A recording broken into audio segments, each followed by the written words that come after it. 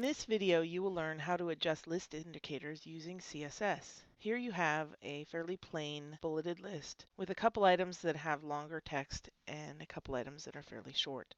And it's just a standard unordered list, as you'll see when we look at the HTML. Here in the HTML, as you can see, the only style I've added to the list is to make the entire list only 200 pixels wide, and that made the longer list items scroll to the next line. So the first thing you can do when you're playing with the styles of lists is change the list style position. So we're going to look at just all of our list items, our LIs, and we're going to change the list style position to inside. And we'll save this document and watch what happens when we reload. It appears that the whole list kind of bounces over another few pixels, but what's really special about this is what happens when the text wraps.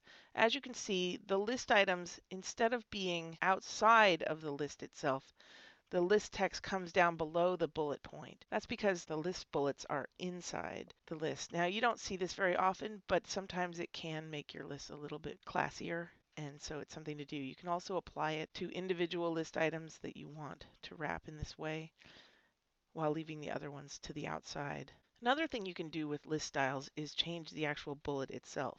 The list style that we have normally is the list style type of disk, but we can change it to say square and save it and reload. And it may be hard to see because it's small, but the list bullets are now squares. But one of the things that many people don't even realize is that you don't even need an ordered list anymore. You can change your list items to be ordered while using a bulleted or unordered list. Let's look at that. If you were paying attention when I was adding the square list style type, you notice that there were a whole bunch of choices in my drop-down menu. There's Armenian, circle, CJ key, ideographic, decimal, etc. And not all of these. Armenian is a numbering system.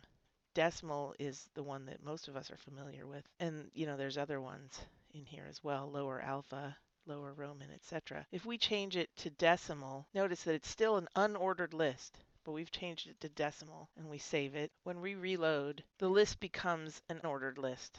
And let's actually change the position to outside so it's easier to see. So you can see here the list items 1, 2, 3, 4, 5, 6, but when we view the source, it's still an unordered list, a UL. And that's because we've changed the list style type from a bullet type to a decimal type. This makes your lists even more flexible than they ever used to be, because if you realize that you want it to be a numbered list and you've put it in as a UL, you don't have to go in and change the HTML. You just change the list style type. There's lots and lots of list style types you can choose from.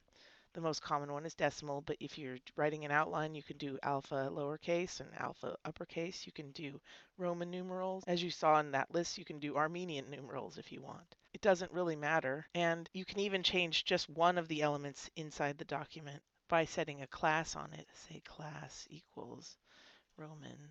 We can then add a class at the top, dot Roman, list style type. And we save and reload. And now item 4 is actually item IV, even though the rest of the list is in decimal numbers. And that's how you use CSS to adjust your list indicators.